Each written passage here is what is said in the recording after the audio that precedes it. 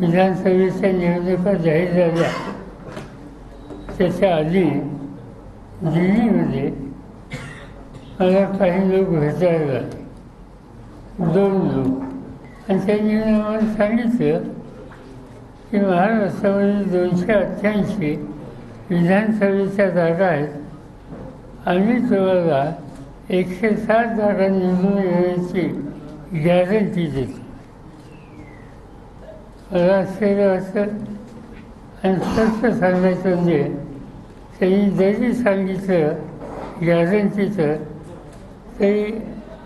निवडणूक आयोग या संस्थेच्या संबंधी माझ्या मनात काही शंकेची स्थिती नव्हती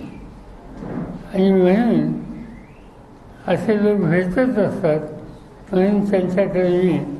त्यावेळी दुर्लक्ष केलं. ते झाल्याच्या नंतर त्या लोकांची आणि राहुल गांधी यांची मी वेळ घालून दिली. त्या लोकांना जे काही म्हणायचं होतं ते राहुल गांधींच्या समोर म्हणलं,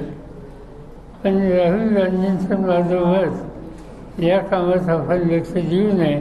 हा आपला रस्ता नाही, आपण लोकांच्याकडे जाऊ आणि लोकांचा पाठिंबा वेळ कसा होईल हा निर्णय आम्ही घेतला आणि त्याकडे दुर्लक्ष